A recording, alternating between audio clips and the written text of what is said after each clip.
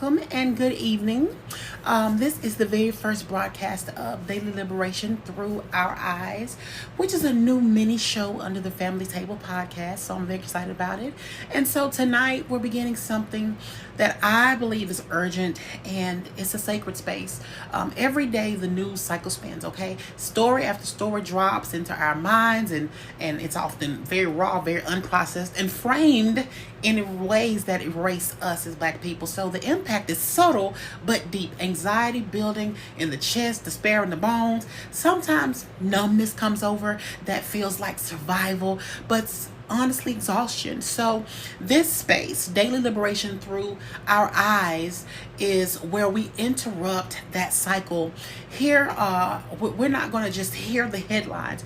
We want to interpret them through Black psychology, through long memory of our people, through the solidarity of our communities. And then together we'll talk about how to live, how to prepare, how to move forward and toward liberation daily and deliberately and unapologetically. And I want this to be clear. This is not just a show. It's a rhythm. It's a discipline of paying attention without allowing despair to consume us, of speaking truth without letting it fracture us, naming injustice while still making room for hope. So let's set this table. Let's walk through some of the stories shaping today. Today is September the 30th, 2025. And let's ground ourselves in how to respond to these things appropriately, I should say. So the first headline we're going to go through is the government shutdown, and this deadline is coming up, okay? So I want to start with that story because it overshadows almost everything else tonight. The looming government shutdown. By midnight tonight, if Congress cannot pass a funding bill, the government will close. President Trump has already promised deep purges of the federal workforce if and when that happens. Now, let me slow down just a little bit, because for many, a shutdown sounds like politics, right? A stalemate in Washington, a headline you scroll past. But for us, for Black communities, it's immediate material and psychological, okay? I want you to think of the federal workers. Thousands of them are Black people who may be sent home without pay. Think of the single parents waiting on food assistance. Think of the elders who rely on Social Security checks that could be delayed. Think about the entire neighborhoods where multiple households depend on federal jobs to keep the lights on. So this isn't just about a quote-unquote pause in the government. What it is it's disruption, and it's disruption that lands differently on those already living closer to the margins, which mostly Black people do. So psychologically, a shutdown fuels anticipatory trauma. So the nervous system goes into survival mode. Will I have enough? Will I lose my job? Can I hold my family steady if the state collapses around me? That constant bracing for that, it eats at our sleep, it eats at our memory, it eats at our joy. And when shutdowns repeat one after another, it conditions us to expect instability as normalcy. Instability is not normal, though. Scarcity is not natural. It is all manufactured, and being able to name that is mattersome. So what do? First, we prepare. Stock where you can. Check on your elders, check on your people. Make sure your neighbors know where to find support if you can. Second, we share. Mutual aid networks are not optional luxuries, okay? They are survival strategies that we need to continue to use. And also remember that our stability has never come from the government alone. Our stability has always come from the community that we have built around us, okay? So this shutdown may come at midnight, but our response, it starts now, starts today. And with that grounding, okay, let's turn to the international stage. Ooh, international stage. What is this one? Trump and Netanyahu. So this is about a peace plan in Gaza. Okay, so today at the White House, President Trump and Bibi Netanyahu unveiled what they call a peace plan for Gaza. It is a 20-point proposal paired with threats. Accept this deal or face destruction, pretty much is what it says. This is the truth. This is not peace. It is performance. It's control that's been dressed up as a compromise. Why should we care here in the United States? Because we know the psychology of rebranding oppression. We've lived through it. Slavery was once called civilization. Jim Crow was once called separate but equal. Policing today is often called public safety. So when we hear leaders call siege and displacement a peace plan, our liberation lens allows us to decode it that quickly. So it tells us that we've seen it before, and it calls us into solidarity. The same structures that devalue black life devalue Palestinian life, okay? The same systems that justify state violence abroad justify it right here in the United States. And naming those links is part of our liberation practice, okay? So we got to think of that. So keeping in the theme of control and belonging, because think about the next headline. It brings us closer to where we are right here, okay? So where is it at? Okay. So it's about the deportations, y'all. So yeah. Where is it at? Deportations. So in the last 24 hours, the U.S. deported around 100 Iranian nationals on charter flights. At the same time, visa restrictions are tightening, with the administration signaling even more limits on H-1B visas that sustain tech and research sectors. And family. It does not stop right there. A federal judge also ruled this week that the administration had unconstitutionally targeted non-citizens who protested the Gaza war and revoking visas for political speech. So this is not just about immigration law. It's about weaponizing a movement. It's about telling entire groups of people you don't belong, and if you raise your voice, we'll silence you by sending you away, not just back to your country, but maybe to someone else's country. So deportation trauma also spreads far beyond those directly deported as well. Children wake up fearing their parents won't be there tomorrow. Communities live with a low hum of anxiety, waiting for the knock at the door. And even those of us born here feel the tightening, because the message is clear. Belonging is conditional, but I want to remind you something. Our belonging is not conditional. It is ancestral. It is rooted. No government can grant it, and no administration can take it away. Okay? And so go from the borders to some policing. Who controls us? Who speaks for us? And who claims authority over our communities? Yeah. So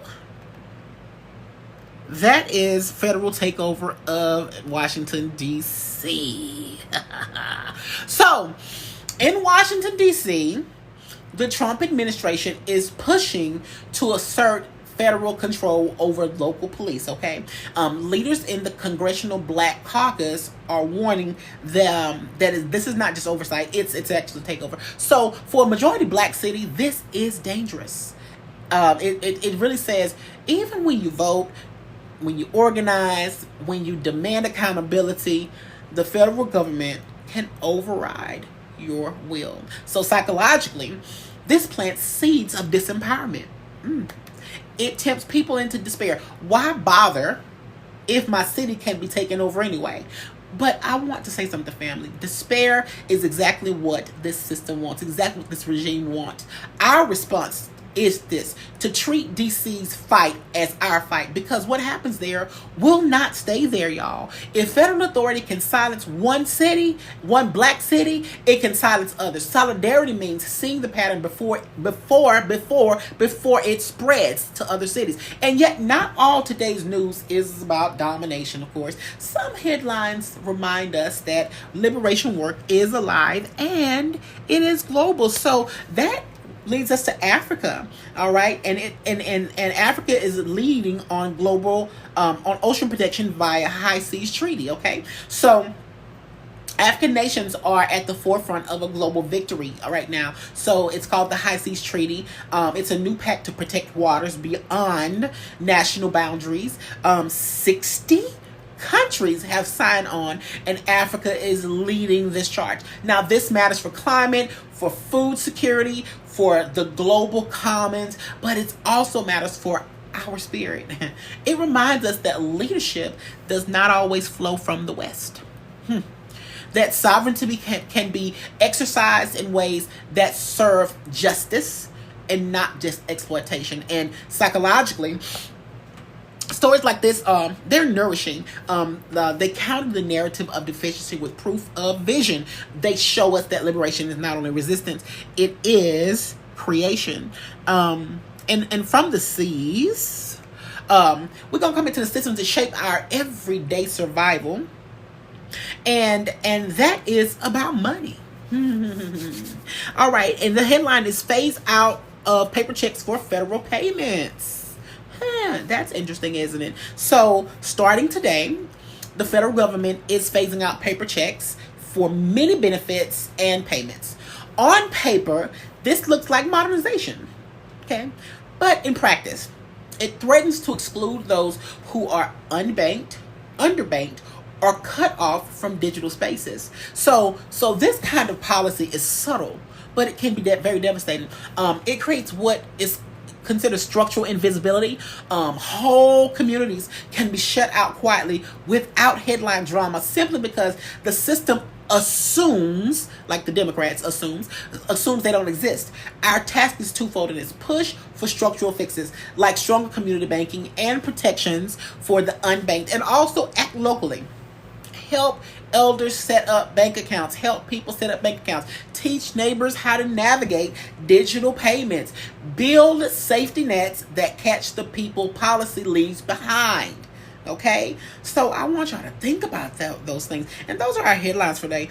We've walked through some of the looming shutdowns. What else? What else did we talk to? The war proposals, Rest is Peace, Africa's global leadership, phasing out of paper checks.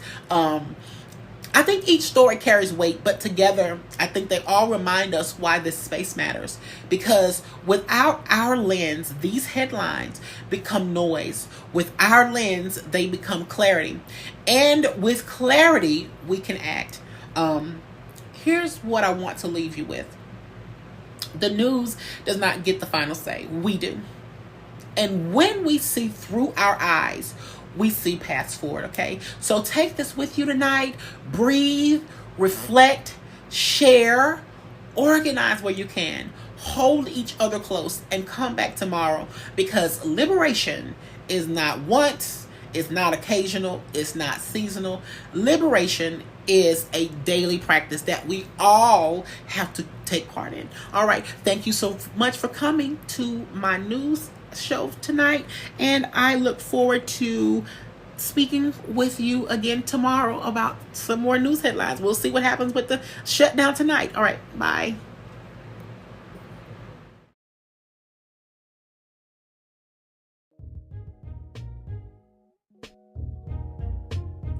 Thank you so much for listening to the Family Table Podcast and all of our various ecosystems. As you all know, this is a grassroots initiative, and we rely on the generous support of listeners and contributors like you to help grow and sustain this movement. And here are a couple of ways that you can help us to continue to build this impactful ecosystem, okay? First and foremost, you can engage and you can share, okay? Spread the word about the Family Table by sharing our content with your various networks. Also, please consider following us on social media under @allthingstanya on Instagram and TikTok. That is @ALLTHINGSTANYA, both on Instagram and on TikTok. And use our hashtag #TheFamilyTableNC to engage with the conversation. You can also join our new Facebook community that we are starting to grow and build. You can like and follow that group. It is called the Family Table NC. And just show your support by giving us stars and sharing our page as we continue to develop that group as well. And finally, if you want to contribute financially, you're more than welcome to do so.